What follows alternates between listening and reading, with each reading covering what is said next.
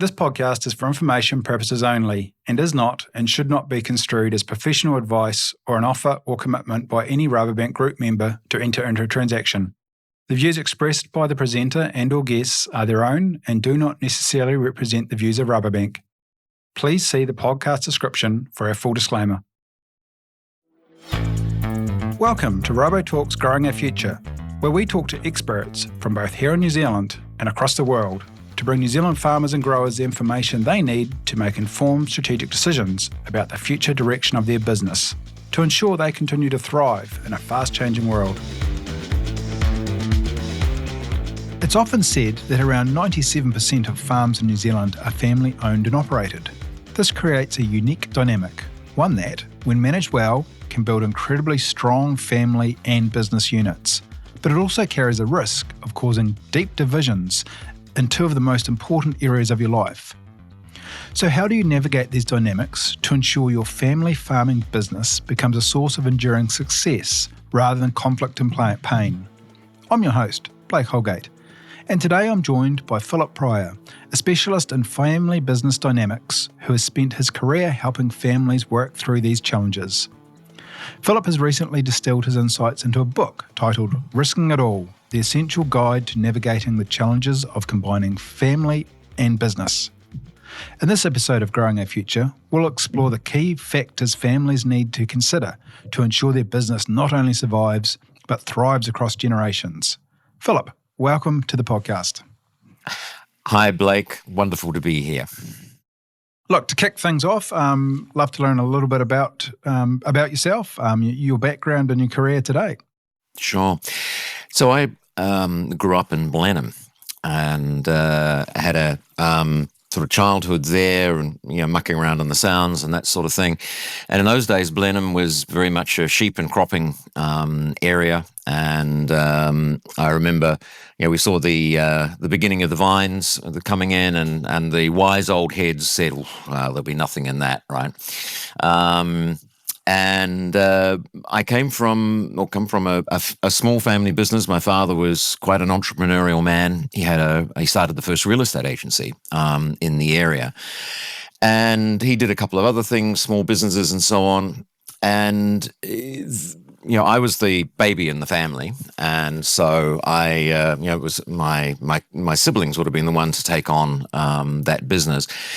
But actually, there was absolutely no conversation. I still go to Blenheim fairly regularly. I do some work there with some of the farming families. And where our office was, and my parents were reasonably well known in town, is now the parking lot for one of the banks. And there is just nothing left of that. So I've traveled a lot. I've lived overseas for a long time, and I spend about half my time in New Zealand working with family businesses and family farms. My background is psychology as well as business advising, and so what I'm really interested in is how do we manage this combination of two really important things, your family and your business or your farm. And farms are a special case, frankly. They're both incredibly important and at times challenging with that. So over the years, I've been sort of looking at how do we do this? How do we manage it? And how do we make sure we don't, wreck both of these really two important things? Hence the title of the book, Risking It All. Yeah, well, as I mentioned at the start, you've recently written this book. So what prompted you to write the book, Philip? So what I wanted out of it was something that was coming from more the family side. There's plenty of business advice out there, in terms of how do you run your farm. And I work with a bunch of farms in New Zealand, and the technology is extraordinary. They're incredibly smart. I was working with a dairy farm down in Southland, and just blown away by what they are actually doing. So that side is pretty well catered for, right? But actually, how do you manage the family interaction, the family dynamics? How do you have the conversations within the family, which of course never happened in mine. All right, my family just couldn't have those conversations. They had no knowledge, no skills, and how do you actually do that, and so that both really can grow and thrive. I mean, I have worked, unfortunately, with a couple of farming families where it has been disastrous. All right, and it's horrible. One of my colleagues, who's based in the Manawatu, still talks about. I mean, he's in his late 70s now, but he still mourns the fact that his family farm that his mother was involved with is no longer in the family, and he has no partner. Right, so the emotional side of this is really important. Yeah, deeply personal drivers that come into it, and as you mentioned, Philip, often perhaps we focus strongly on the business element, but the family element, which is so intertwined with farming families, is to some degree, overlooked. Yeah, and in a sense, that's exactly why I put the book together, right? And I talk about my own family and how we screwed it up, quite frankly. And I think farming is so critical for New Zealand, and when you get this combination happening and well done, right? It's incredible, right? And everyone benefits. The economy, the family, the farm. It does amazing stuff, and it's at one level, it's not rocket science either, right? It's just there's a few simple things we just get to get in place. So when you talk about a family business, what is a family business, and what do you think makes a family business unique? What makes them unique? So the official definition, right, is when you've got two or more family members working together. So, and that's a pretty broad definition because effectively that's a husband and wife team, right? And that so using that definition, you said something like 97% of family farms are family owned, and I think you're probably right. We have pretty poor statistics, frankly, around this. But the uniqueness is both the challenges, and you are combining a system that is very pragmatic, that is focusing on outcomes, that has real legal ramifications in terms of delivering or making sure there's profits and not going into insolvency, which doesn't tolerate mistakes terribly well. Right, that's what a business or a farm is there to do.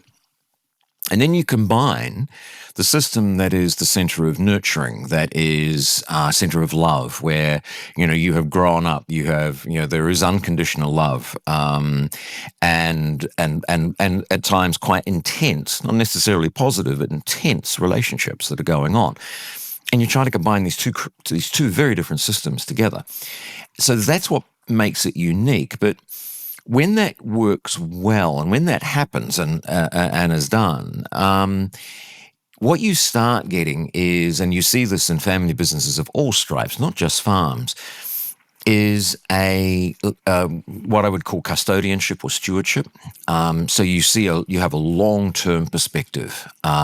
You are there to, at the moment, you see yourself as a sort of custodian of this to then pass on. So there's that long-term future, and you're building something and maintaining something, rather than they're just for profit. I mean, they're profitable, but that's not your only goal. And that's where I think that this is so important, right? You're not there just to, scrape as much money out of it and sweat it like hell. You're there to really build something for the long term. That's why I think this is so important. Yeah, you often hear, the basis of a successful business is having a strong, clear purpose. And it's hard to imagine a stronger purpose than a common family vision around the legacy you want to leave for your family and your business. Yeah, I couldn't have said it better. And that vision And more, I think the values, right? What are the values of the family? And there's some just amazing stories where these families, despite their arguments, because all families argue, there's always some level of conflict. It's managing it, but they are united around this vision and the values of what it means to be part of our family. And that's often the question I'm asking farming families. Go, what does it mean to be part of this family? And that's really powerful and important and not that easy question to answer, sorry. And I do want to pick up on the particular strengths and advantages that a family business can have soon. But before we go there, I just want to touch on, what are the main or common challenges that you've come across that tend to face farming family businesses in particular? So farms are unique in the sense that home is also the business, right? And so the kitchen table is often, the office. And so, I work with family businesses as well, and they often don't have that. They've got a place of business, which is not the house, in there. And so you have these very strong emotional ties. There's that real connection with the land. And often these things can get loved to death, right? And so everybody is so concerned for its welfare, but they argue over what is the best way forward, or what should happen to it or not. And so the challenge is separating out this family stuff from, if you like, the farming stuff. And it's bad enough for any family business, but farms, it's more tricky, because it's home. It's where the kids have grown up. It's where the kids want to bring their children back to. And things change, things evolve, farming techniques evolve, technology evolves. So what worked really well in the past may not work so well today. And so it's families being able to have the conversations that they need to have. And then, of course, you've got the whole issue around succession. And this is a real challenge for farming families. The old saying, founder syndrome and all that sort of thing that gets floated around. But it's a real challenge, because there's so much passion that, say, the parents have put into the farm, and it's been their whole reason for getting up in the morning and working so hard and taking the risks and sleepless nights and that sort of thing. And then when you start talking succession, they make the mistake thinking succession equals retirement, and it doesn't. And the other component that makes it difficult in here is that farmers often have very little other outside interests. Right. And so all they want to do is work on the farm. And so there's this fear that, well, if we start talking about succession, I'm not going to have a job. I'll be put out to pasture. I had someone yell at me once, right? Don't you put me out to pasture. And he was serious, right? He had a very strong feeling about it. But succession doesn't mean that. The other challenge is that when they get elderly and their body can't do what it used to be able to do, they get very frustrated because they can't get on the motorbike and round up a herd of sheep or anything like that, because and so the question is, when they go through that succession process, what do they do? I mean, do they still keep working on the farm, right? Because they've got years, decades of wisdom and knowledge, but it's just creating space for that next generation. Those are the real challenges, because it's so personal. And they put so much into it through their lives. Yeah, I suppose that combination of being so personal but also so all-consuming. Farming is all-consuming. A tough 24/7, 365-day a year job for many. And as you mentioned, Philip, for some, this either means they struggle with the capacity to find other hobbies or outlets. Yep. For others, they just love farming that That's much. right. They possibly don't feel they need or want any other outside interests. And yet, if they want their legacy to continue, if they want to pass the farm on to the next generation, it's really important to start having the conversations. And the earlier you start having these conversations, the better. You know, the saying I've got that comes out of the book was that the current generation is usually worried about having the conversations, and the next generation is worried about not having the conversations. Because, they go, well, what's in it? Where are we going with this? Are we actually going to take this thing on or not, right? And their partners get concerned and they're worrying about things. Actually, just start having the conversations, frankly. What are some of the early warning signs that a family business might be heading to some form of trouble, or there's some issue bubbling below the surface that needs to be dealt with? There are several. One is when you get what I would call unresolved conflict. And there's often, as I said earlier, there's always arguments in families. It's managing that, and it's finding a way through. So either there's an issue that doesn't get resolved, or it just gets swept under the carpet. All right. And so people just ignore, the pink elephant sitting in the corner of the room that no one wants to talk about. The longer you leave that, the more difficult it is, right? And the greater the fear of even addressing it, because often you've got families where, the level of fear for everybody is, if we raise that issue, it's just going to blow everything up, right? And ironically, of course, the longer they leave it, the greater the chances of blowing it up on that. So it's when you have unresolved conflict or conflict that's swept under the carpet. And then what I would also see is where there's no plan, right? And so, I've got a quote from a farmer, I guess in his mid to late 70s, and he was asked about, succession, and he went, don't worry about that. We'll get around to it at some point, right?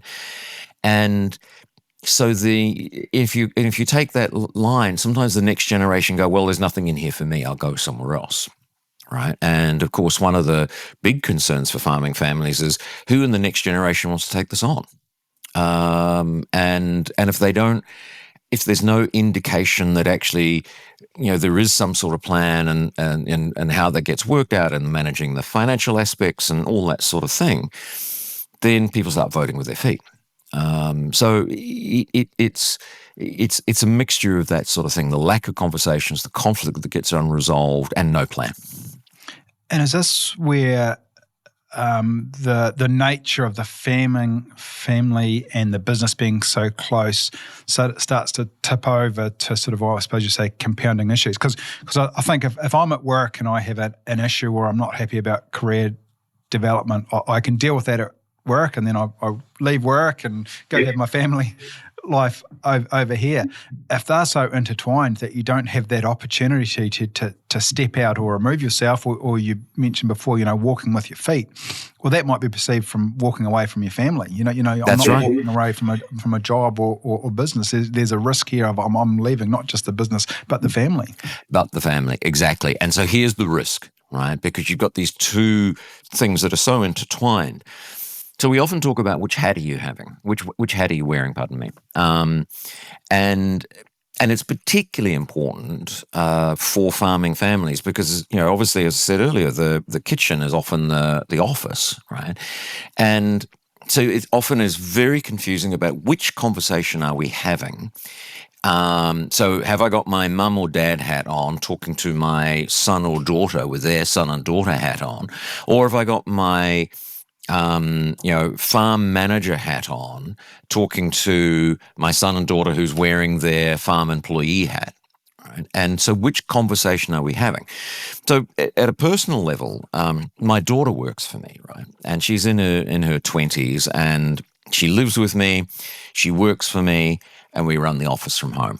What could possibly go wrong, right? And so we have very clear rules so that we both know which hat we are wearing, therefore which conversation we're having. And so professional emails that I send to her are always signed off Phil. If it's a personal one, it's Dad. If I'm on the phone and I call her, I'll say, it's Phil here. So she knows this is a business conversation. And we're very clear. We do not talk about business at the breakfast table. We have an office, right? And we go and have those conversations. So those very small things help us manage that. What conversation are we having? And farming is in exactly the same boat with that. And in fact, preferably do not run the business from the kitchen, right? Have a spare bedroom, right? And have the office in there so that you can go and have those conversations in there, because it's really easy to get confused. So I remember talking with a farming family in the Manawatu, and they're fairly big, and I said, so have you got a board? And they said, oh yeah, we've got a board. And I said, great, and tell me about that. And so it was, Dad and a couple of sons, and I think they had an outside advisor in there, and that was good.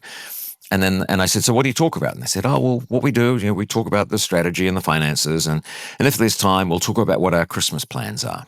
And I go, no, that's the wrong part, right?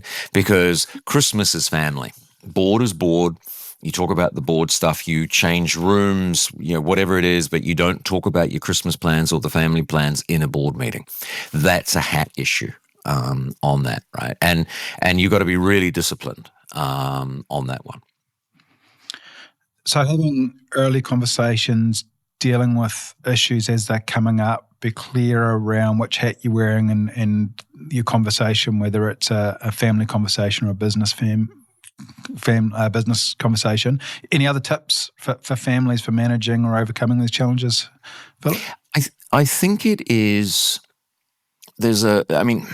All of that is underpinned by the general rule of act early, right? You start having these conversations as early as you can. I've worked with some farming families where the kids are barely in their 20s, and we're starting to have to have some conversations around this, but we're opening up the field a little bit. And we don't resolve everything while they're in their 20s, but it's a process that started. And also, I guess the key thing here is decisions or agreements that have been made are written down somewhere. Even if it's in the back of a notebook, write those things down, because you don't want to be relying on memories there. And I think the other component is there's often a lot of fear, right? As I talked about before, founder's syndrome is often driven by fear. What's going to happen to me? Fear of mortality, that sort of thing. And for the next generation, there's often a fear of, well, is mum or dad ever going to retire? Is there really something here for me? And for the in-laws, it's like, what's going to happen to us, right? The in-law refrain. I get a number of referrals from daughters-in-law, right, from farming families, and they're going, what's going to happen to us? What's going to happen to our kids? And so there's fear there. So if there's some way to actually start addressing some of those fears and very gently just sort of start raising the issues. You don't have to solve it in one conversation. Some conversations might take several years to resolve, right? But it's just start putting them on the table a little bit. And there's a confidence that is, blood is always thicker than water, right? I've seen families say atrocious things to one another. And I remember being in a couple of meetings going, well, they're buggered, right? You can't unsay that. To see a month later that they're all getting along fine, right? I think families are pretty robust. And so if you can start raising these issues that your fear is it'll just blow everything up, gently start, even sort of indicating that you want to start talking about it. Often there's a sigh of relief, like, okay, we can have this conversation. And invariably, not all the time, but I would say absolutely most of the time, when they do have these conversations they're worried about, they go much easier than they think they do, right? And if they're really worried, get a mediator and get someone else, someone independent, neutral, to just help, right? And that in some cases is really useful. Now, we've talked about the challenges and issues of the farming family business, but as we said at the start, the vast majority of farms in New Zealand are still family owned and operated. So something about that formula must work. It can't be all bad. What are the particular or specific strengths or advantages that a family business can offer that you can leverage? Oh, look, I'm obviously a huge fan. I think there is. First, you trust family, right? And in many ways, I've been doing a little bit of research. Family business is got to be one of the oldest professions, around, right? You bring family in because you trust them. And there's that sense of you pass on wisdom and knowledge and skills. A lot of guilds originally started off, that work along family lines, right? So that you train up the next generation in that particular skill of the guild that you have.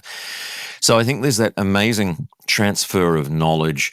There is that stewardship of really, looking after this, that is really important, and that long-term view.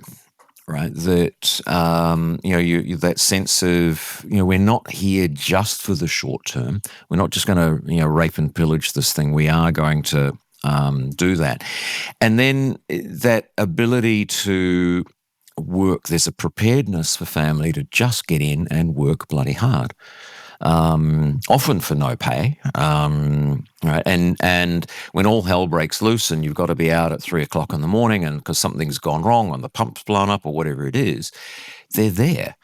So and there's that sense of teamwork. And while a family might have big arguments and so on, when there's a crisis, they're the first ones that pull together, and can be relied on. In that. So there's lots of advantages here. It's just managing the issues that can, in fact, blow it up if you have that unresolved conflict, or there's a lack of recognition.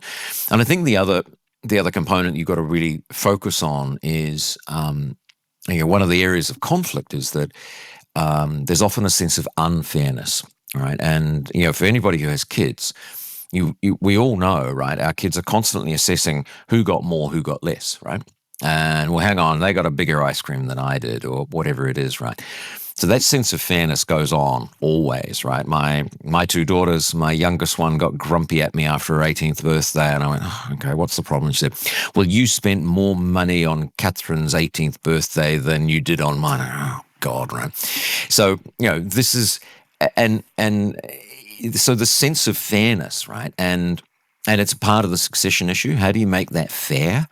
And how do you address the feelings around it? I had a wonderful farming family I worked with, actually during COVID, and there was one son who really wanted to take on the farm. Sorry, pardon me.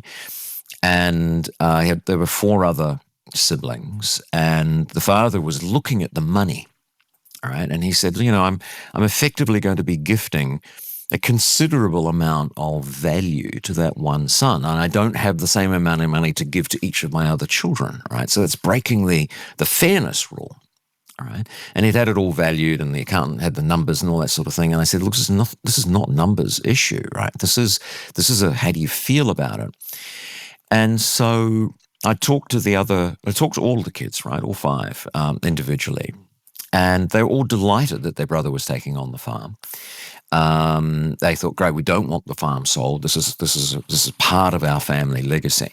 But what we want is to be able to go and visit the farm during school holidays. We want to take our kids to ride the motorbikes and ride the horses and that sort of thing. And even though, yes, there is a large amount of value going to our brother, and they knew that there was a level of transparency there, we don't care, right? That's fine, right? Their father was able to help them in some other ways, from a financial perspective. They shared some of the profits. There was a pine plantation. They were able to share some of the profits of that when that was harvested, but it was not the money; it was the feelings. And once we got the feelings addressed, and I checked in with them recently, And it's going really well, right? The son's, running the farm. The other kids are fine. They're having their normal family arguments, which they all do. But it was not to do with the money. It was how they felt about it. And I think we need to keep that in mind, right? Because it's that feeling of either it's fair or it's not fair, which can blow up, right, for us, around that. And it's having those discussions, which is really important. And again, I suspect any family has that, regardless of whether you have a business, right? They're just natural family dynamics That's right. That everyone has to deal with in some way, which or form. Yeah, it is. It's just magnified because you've got this business which is, income producing, and there's an identity with it and all that sort of thing. You just add, it's again you're the combining these emotional two connection things that comes with That's right. the farm and farming business. Now, in your book, you talk about being your best generation. What do you mean by that, Philip, and how do you realise it? Okay, so succession is. It's a process. It's not a date stamp. It's not like, the 15th of October and you're out of here, old man, right? It's a process. And in fact, really what it is it's a conversation. And so to be your best generation, the current generation, the parents there are things that they need to be thinking about to be their best generation. And for the next generation, there's things they need to be thinking about. And you bring that to the ongoing conversation. So the first two questions for the current generation is, first, are they going to pass this thing on, or are they going to sell it? Right. And, for a lot of farming families, it's like, well, yeah, we want to pass this on. Okay, great. That's the first decision. The next question they have to answer is, well, what do we want to do? Do we want to be still really heavily involved with the farm?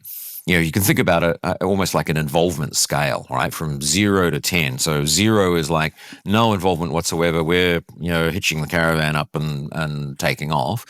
Through to 10, yeah, we are involved. But we're creating space for that next generation. So what's their plan, next 5 to 10 year plan? And that's a difficult conversation for a lot of farming parents, right? On that, but they need to start thinking that through. And part of that is then also, well, therefore, how do they create that space for that next generation to come in? And then there's financial discussions and what do they need to be financially comfortable? How do we start managing that? Again, acting early allows time. It might take 10 years. That's fine. If you've started 10 years ago, then, you're ahead of the game. So the next generation, it's for them to be their best generation. It's really going, well, do I want to take this thing on or not?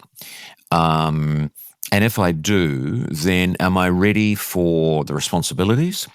Right, managing the finances, the financial responsibility, as directors of this thing, all the challenges of being a modern farmer. And for those who are married, is my partner happy with this? There's a lot of questions there. So that, and as they start answering and addressing, both generations start answering and addressing their respective questions, they can then start really having the conversation. What does this mean? How do we do this? How does the next generation learn from their parents? Right? Are there particular skills or knowledge that they need, in certain areas? Farming is often becoming more technical and obviously involving a lot more, sophisticated finance. So you have that. What do they need to do to get their head around that? On that. So there's sort of that educative versus component, or it might be just some coaching or mentoring side of things. So there's jobs for both generations to start thinking around and then bring that to the conversation. In summary, Philip, overall, what would you consider the most important elements necessary to build a thriving and long-lasting family business? What are those key takeaways you want to sort of wrap up and message to leave to our listeners?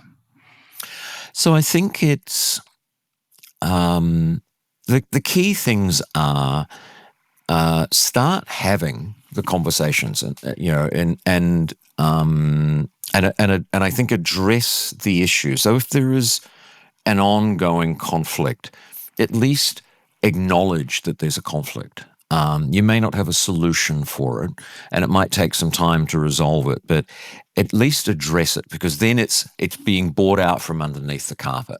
It's those underlying conflicts that are left over time, that where there's a strong feeling of unfairness, right? And that can be the seeds of really strong conflict, right? I'm pretty good. I solve a lot of conflicts in families, but there are some where if they haven't been addressed, just become impossible, right? And families can absolutely blow up. Hopefully, thankfully, not too often, but it's certainly possible. On that. So if there is a huge rivalry, say, between a couple of the kids, you've got to find ways to address that. Because otherwise it will just drive. And I've seen it happen in a couple of farming families in New Zealand where the rivalries and jealousies and sense of unfairness have been left too long, and it has blown up quite awfully on that. Act early, right? For parents, it's a difficult one when you're facing mortality or you've been really physically really capable, but you're now getting older. And it's how do you address that? If you really want to pass this on, how do we start bringing that next generation in, right? And I guess have faith in your family, right?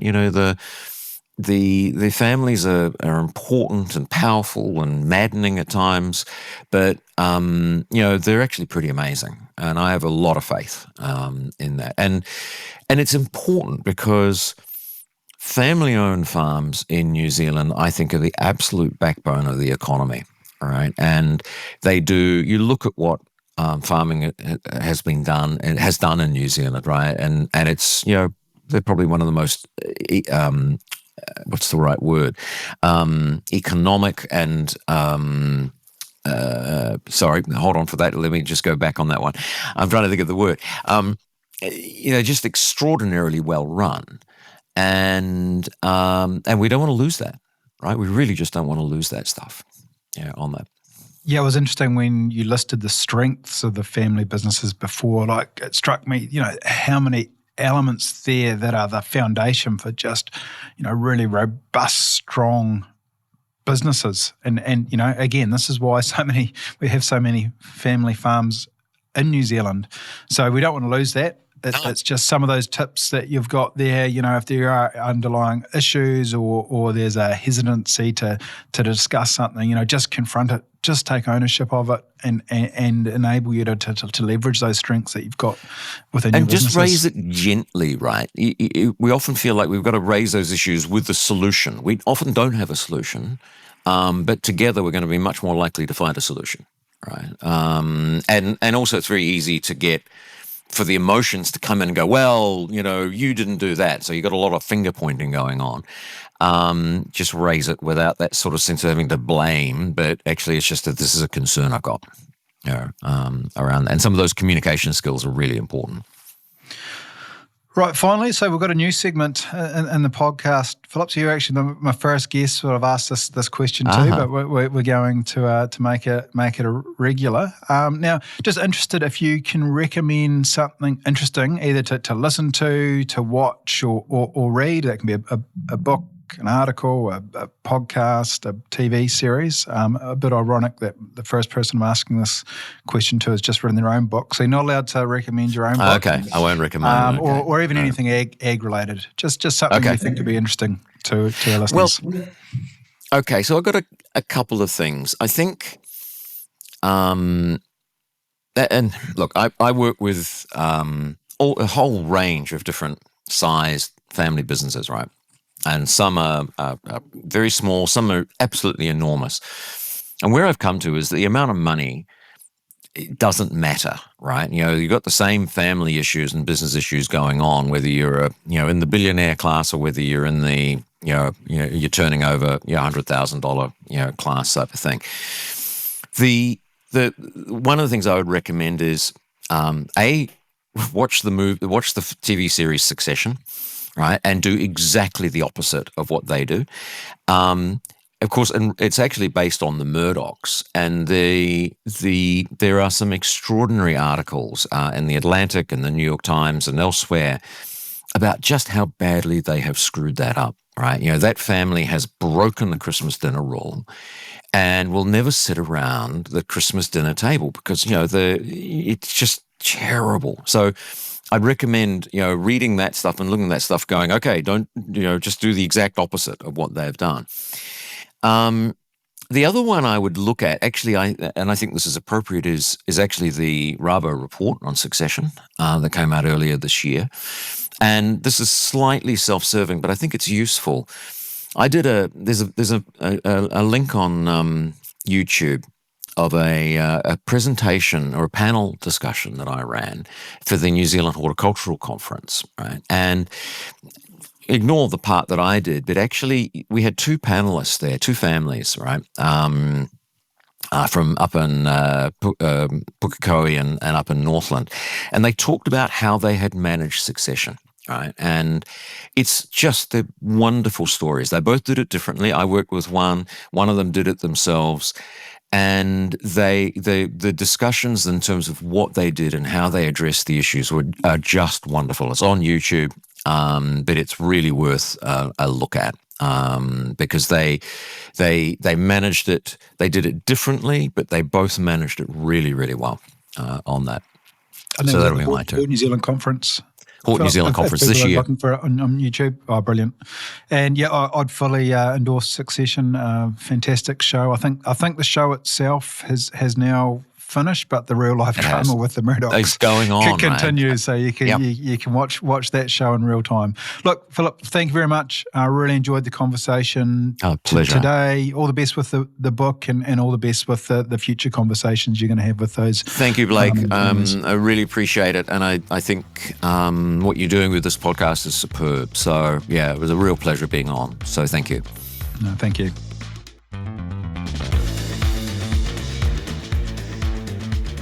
Thank you for listening to Rabo Talks Growing Our Future podcast. If you're interested in learning more about how Rabobank can support you to succeed into the future, please go to rabobank.co.nz.